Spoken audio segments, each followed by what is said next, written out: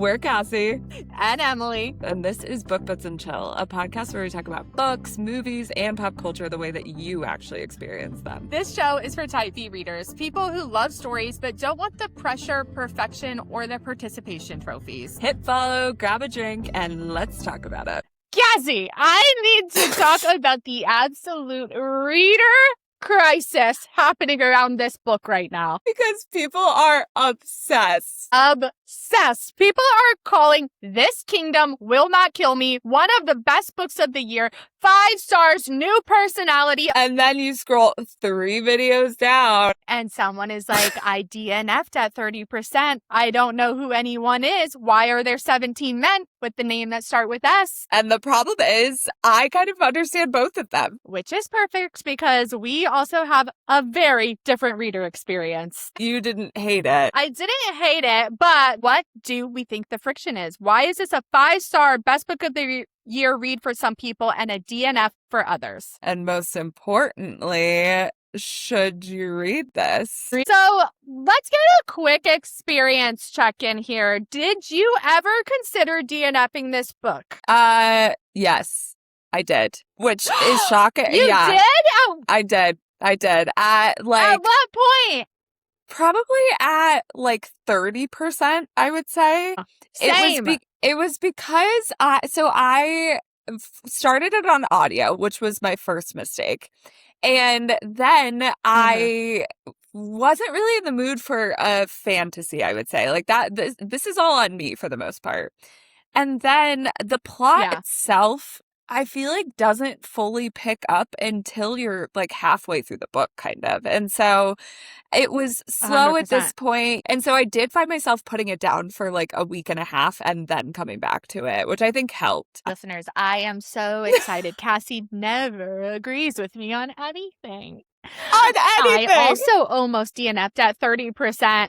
I also put it down and came back to it. And I also agree it didn't pick up till 50%. So let's actually get into this. So, all right. Let's hear what the book is about, Cassie. Yes. Let's hear. Yes. So we start the book with our main character, Maggie, waking up in literal medieval times world, and she is completely disheveled, covered in shit, covered in mud, and she is what in the hell? She realizes fairly quickly that she has been dropped into her favorite fantasy world from a series that she is literally addicted to. Think about if you are so obsessed with Game of Thrones, for example, and you have read the entirety of the series, you know everything that happens because you've reread it 400 times over your lifetime. This is Maggie.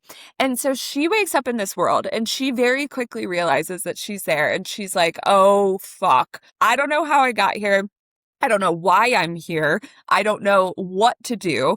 And she also very quickly understands that she doesn't have any of the magic, any of the powers, any of the things that are present in this world. Yeah. And so she realizes that her only thing that she has the ability to trade in is her knowledge and secrets. And she essentially positions herself as a seer, secret keeper, whatever, to stay alive and to move forward in this world. She goes through this huge, sweeping world that is Kertorin, which is the setting, and she knows everything about it. So she is just basically manipulating her way to not only stay alive, but also to get ahead in the story and ideally save these people from this horrible demise that she knows happens to them in the book series.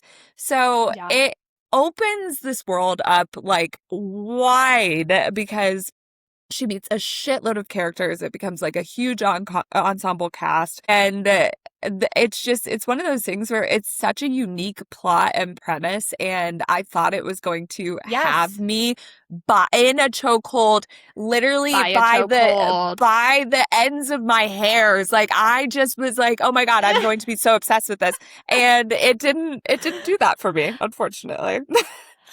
I know. Like when you were just describing that, I was like, yes, yes, yes. Like this is exactly what I want in a book. Like, and that's why I was so excited to read this, because I think that especially as romantasy fans, we talk all the time about like, oh, imagine if we could go into our favorite worlds. Like, imagine if you were in Throne of Glass. And when she gets dropped into this world, it's like not all like roses and butterflies. Like she is really struggling. And I think it brings up such a funny topic of how, like, if any of us modern women were actually dropped into ACOTAR Throne of Glass, like Fourth Wing, we would actually be in such deep shit. No, fully. Like, we all make fun of Nesta and Silver Flames for, like, kind of being weak at the beginning or whatever. And then she, like, trains, she's a badass. But it's one of those things where I'm like, no, that was actually a very realistic depiction of a normal woman being dropped into this world full of like war and gore, and people are just stabbing each other on the street. And like, that's not normal. It's insane. Like, realistically, if I'm put on that parapet on Fourth Wing, I'm falling off the parapet. Like, I'm making it across the parapet. I am gone. The second that I saw Jack Barlow coming after me and I have one bad boot on, are you kidding? I'm gone. I'm out. I might throw myself off that parapet, honestly. I'm out. Absolutely. I'm done here. What book world would you actually survive in? Like, genuinely, if you could think of one world where you're like, if I was dropped there tomorrow, I would know exactly what to do. I would know where to go. I would know how to navigate, and I could survive. It would have to be like literally an Emily Henry book. That's how weak I am.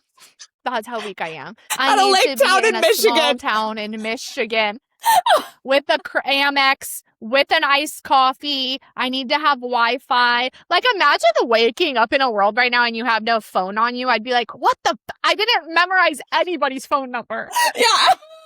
I only know my own phone number. It's so true. What do you think for yourself? I was really trying to think about this because I do agree. I'm like, I do feel like maybe the most that I could do is like being dropped into some like new country, maybe like in a modern day. But to your point, like I would definitely need my phone. Yeah. I would need internet access. But I was thinking about it from the lens of like, what series have I read so many times that I like know it front to back and could figure it out. And the only one that kept coming up was Harry Potter, where I was like, I actually think that I could survive Hogwarts, you know? And you know why we could survive Hogwarts? Because those are 11 to 15-year-old children going through those trials and tribulations. And if that's Harry about can where survive, the cutoff is. So can I, okay? He's literally not even in puberty yet. So I think that's why we could do it. But like, I'm telling you, like, even though I know exactly how Fourth Wing goes, and I've reread those books like multiple times, like I would see the venom one time and I'd panic and I'd just be dead. 100%. I would be thrown into that scribe quadrant without even a second thought. They would look at me and they'd be like, "You're not going anywhere near those fucking dragons, baby. Get to the stacks. Cassie, go read some books." They put us in scribe quadrant and you're not allowed to talk. We would absolutely get kicked out immediately. That's true. Okay, so we would get put into the infantry with the foot soldiers because they're like, if they die, it's fine. Now, before this whole episode turns into will we survive or not, Cassie and Emily in fantasy novels. So it's so interesting because that premise to me, like, immediately was so gripping where I was like, oh my God, this is literally every reader's dream to be dropped into this fantasy world. Yep. And then she's going through it and you realize like how horrible and how gruesome the world is. And it was just so wild to watch where I was like, oh yeah, no, I'm good on that, I think. Well, this is where one of the friction points kind of begins is I think a big thing is that people are maybe misunderstanding that this is a full fantasy book. So it's marketed as like Game of Thrones meets Outlander. And so I think with the Game of Thrones, you understand you're getting like gore and war and like Right. political scheming. But then the Outlander kind of like makes you think you're getting a little bit more romance. So Right. going Yeah. into this book, I was expecting it to be like a fantasy with a decent amount of romance, and it Yeah. really is not that. Did you expect this little shrapnel small amount of romance that was in this book? No.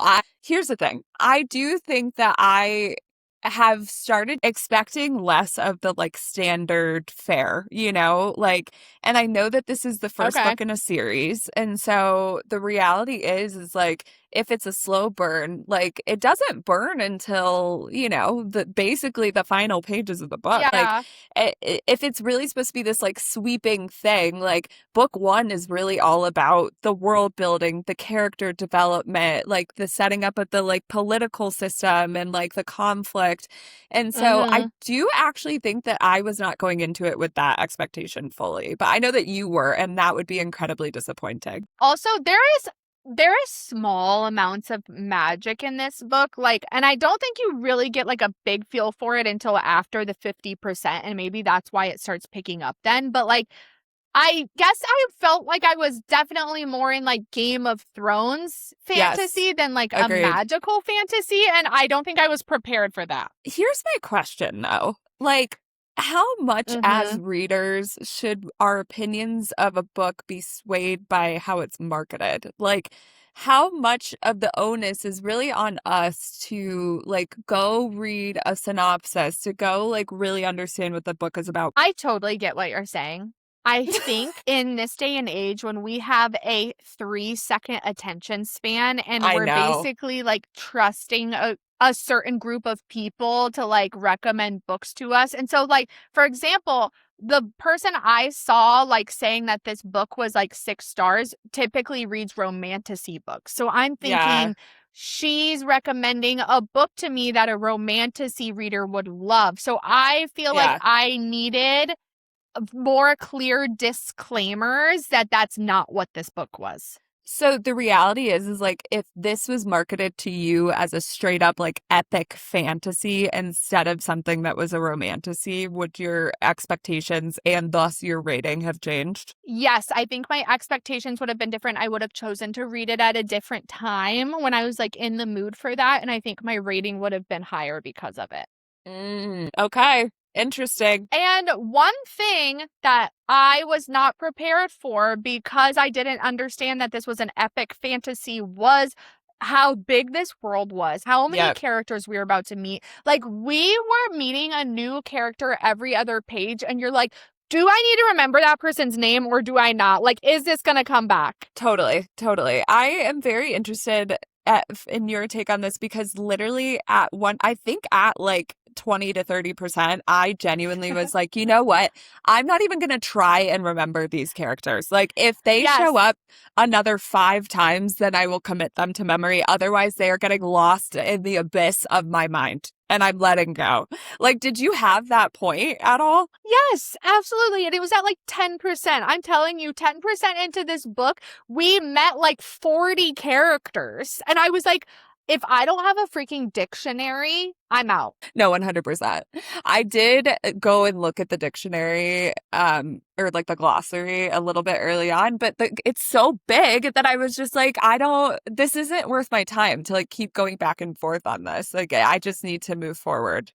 And it sets you up for fear because I was like, okay, I'm just going to try not to remember all these characters' names. I'm a type B reader. I'm reading this for vibes. Like, this is a nightmare, to be honest. And so I was like, I am just going to vibe out with this. Because I started vibing out, I was not paying attention to anything. And like huge part of this book, the huge part of this book is that Maggie, the main character, cannot die. And that's why this book is called This Kingdom Will Not Kill Me.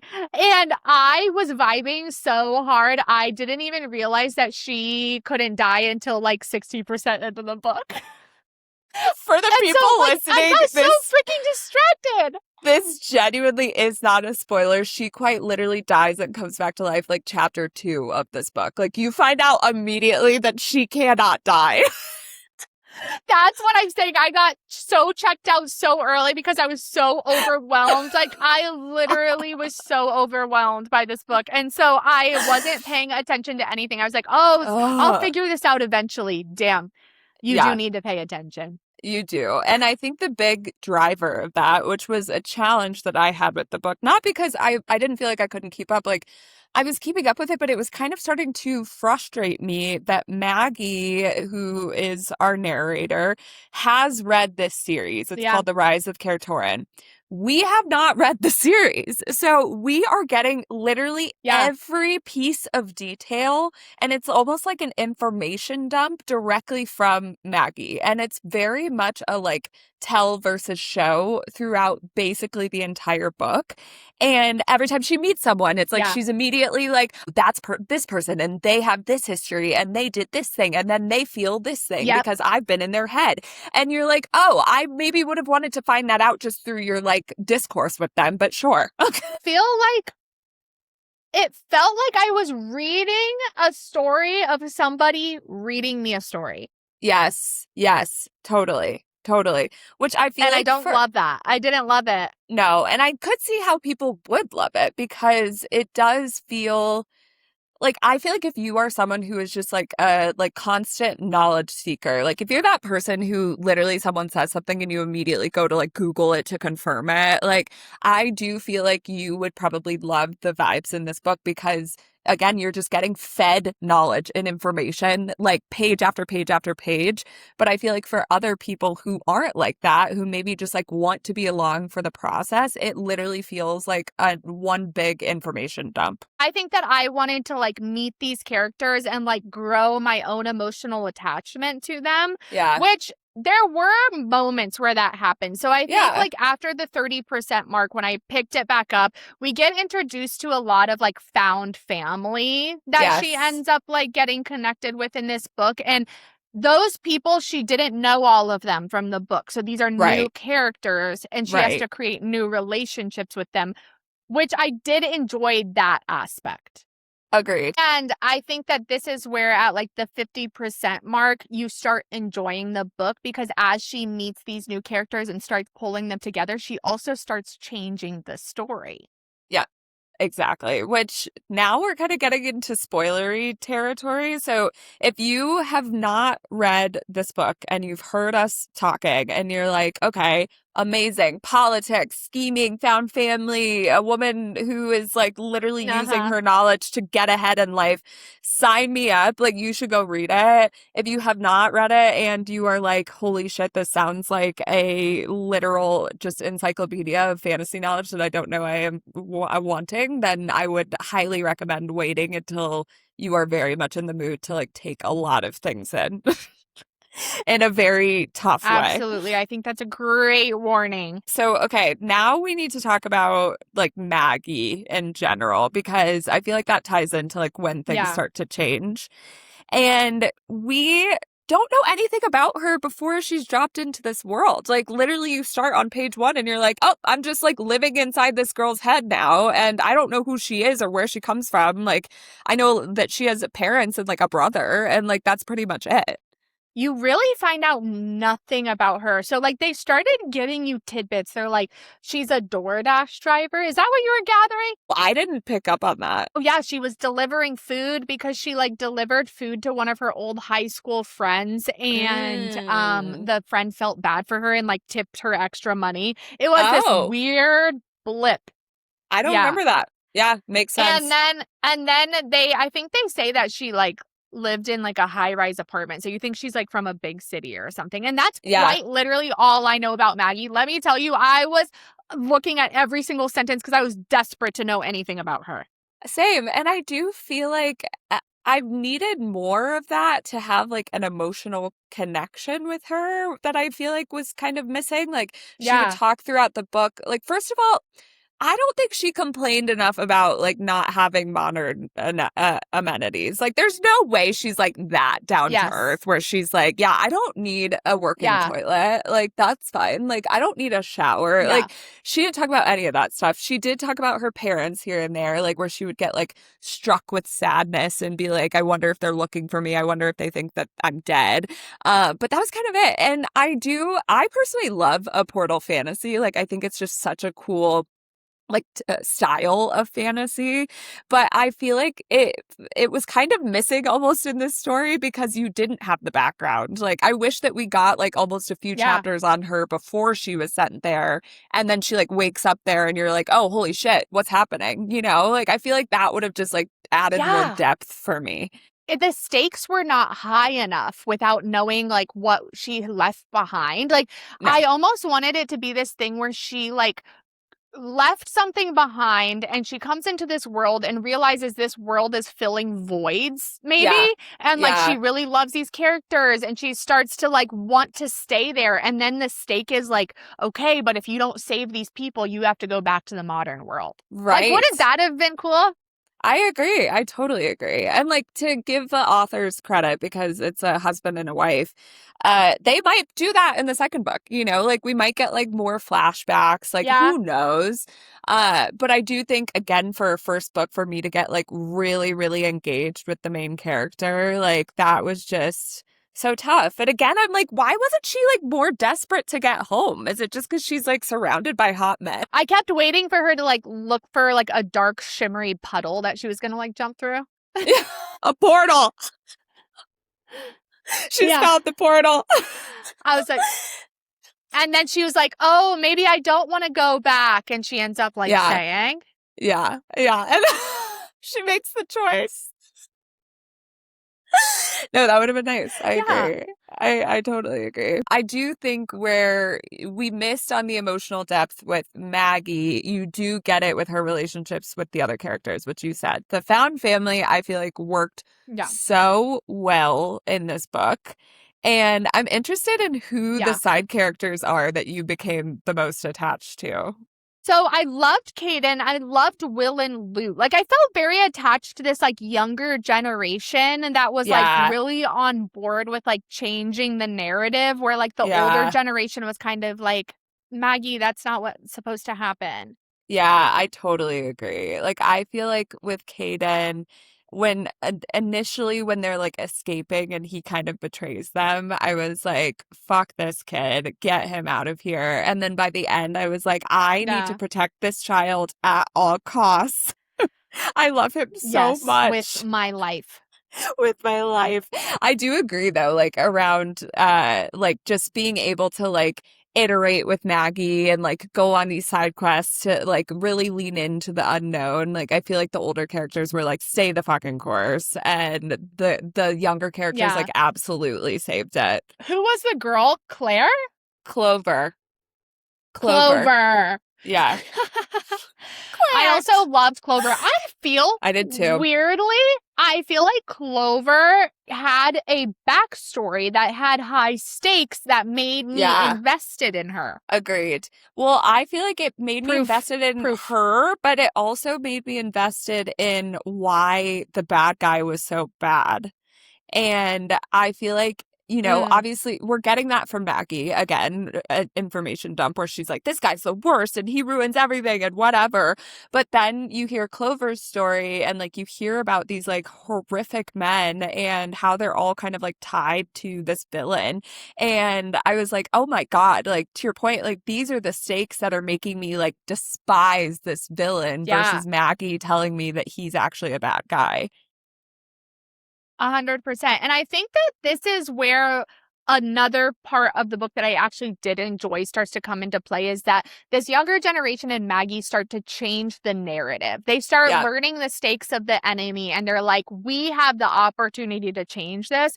And I liked that, but it really does not hit until the like second 50% of the book. Yeah, I agree. Because the first 50%, you don't really have any sort of like plot twists or anything like that until the back half of the book. Well, were you also like, once she started like changing the story, you're like, okay, you're not going to know what happens now. And to your earlier point, like her only currency was secrets, and she's about Yeah. to be fucked because she has no idea what's coming next. Correct. I'm like, you are going to have to turn into the world's best fucking bullshitter after this because holy shit.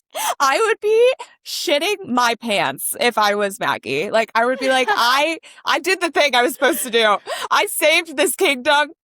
Yeah. They're good. Now what? Holy shit. Yes. Like, it would be terrifying. And that actually was the piece that like really redeemed this story for me, where I was like, oh my God, just this like butterfly effect aspect to this like is so cool and so unique. And it's like, no one knows where this is about to go. True. Like, I have no fucking clue what's about to happen in book 2. And like, that feels good to me. Like, I appreciate that. And so I liked that that was incorporated. I know. I know. I get it. This is closer to a spoiler. I'll try to keep it a spoiler for you as not, because I know some of you kept listening even after our warning. But you silly girls. The ending is a cliffhanger.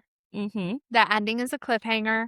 Mm-hmm. And it makes you wonder, is Maggie actually a reliable narrator? Because the novel, what's it called? The Something of Care Torrin, yeah, in the real life is not actually, it's not actually finished.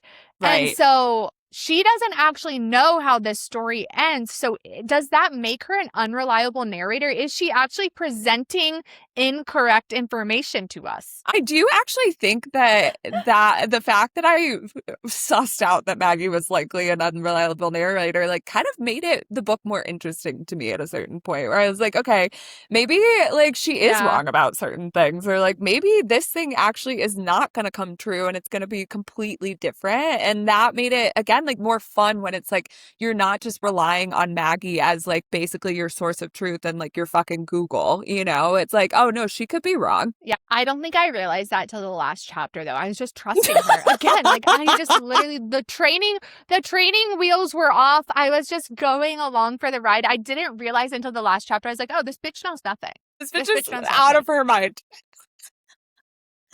No, I do think that I do think that this story like was such and this was something that I noted after I finished, but like it was just such a unique depiction of like our expectations in terms of like the knowledge that we've gained, our understanding of the world, whatever, being completely fucking different from reality. It's like, I think that I know Emily the best out of most people in her life. And like, that could not be true. Like, there could be things that I could like find out tomorrow where I'd be like, oh, fuck. Like, I had no idea. Or there could be a place that I've lived in my entire life. I think I know everything. And there, you know, it's just, I've appreciated that so much about the story. And even though it made Maggie like very unreliable, I do think it added like a human aspect to it versus, again, it just like feeling like an encyclopedia of information. Yeah, but we have to tell the readers, like, you're not going to feel what Cassie just felt until after 50%.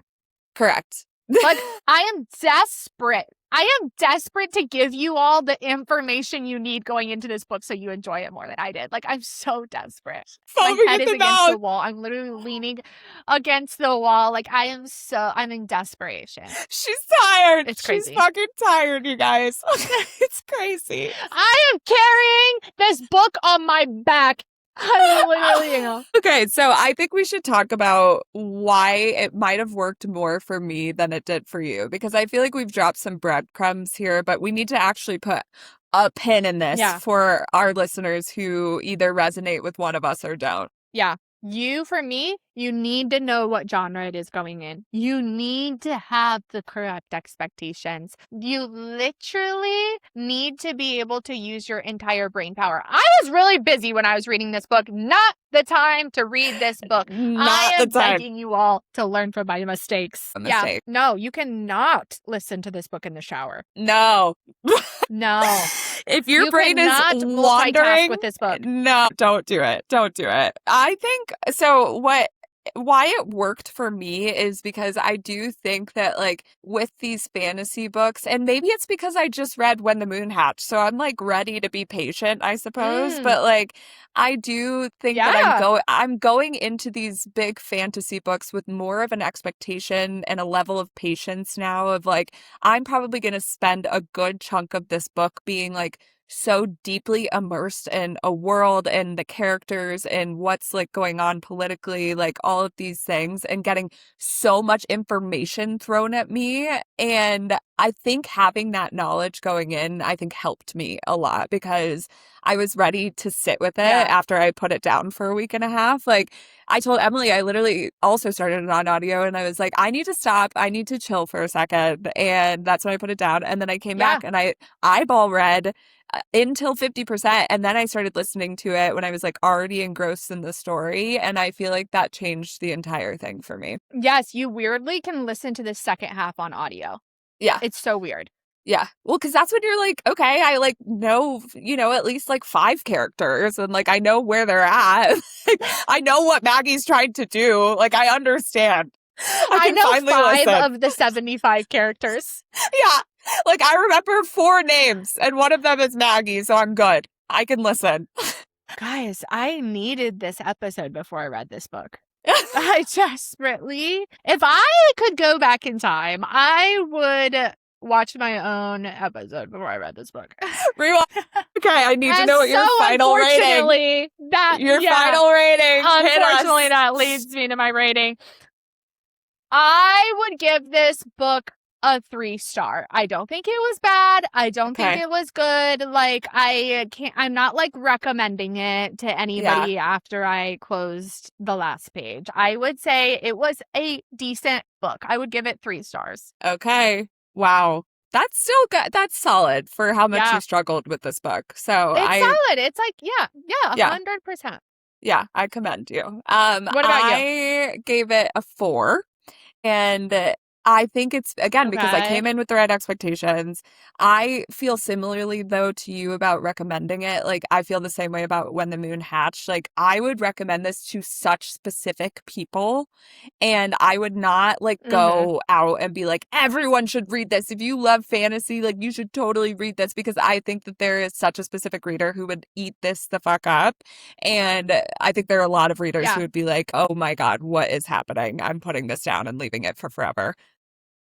I wholeheartedly agree with you. I think if you liked, like, if you've read any of those just like big ass fantasy series, like I'm thinking of like the Robin Hobb books or like, even like a Game of Thrones, like if you've read those books and you just like loved every second of it, like you would probably literally not be able to shut up about this book. I do think that it's really setting up for a sweeping world and journey and all of the things. And like, you have to be on board with that. And I think the readers of those series are so down for it. Yeah. But if you're expecting like a Shield of Sparrows, a Metal Slinger, where you're like immediately thrown into the action and you immediately meet the MMC and you know what the stakes are from chapter 5, like this is not what you're going to look for. Yeah, agreed. Okay, now final question. Are we reading book 2? Yeah.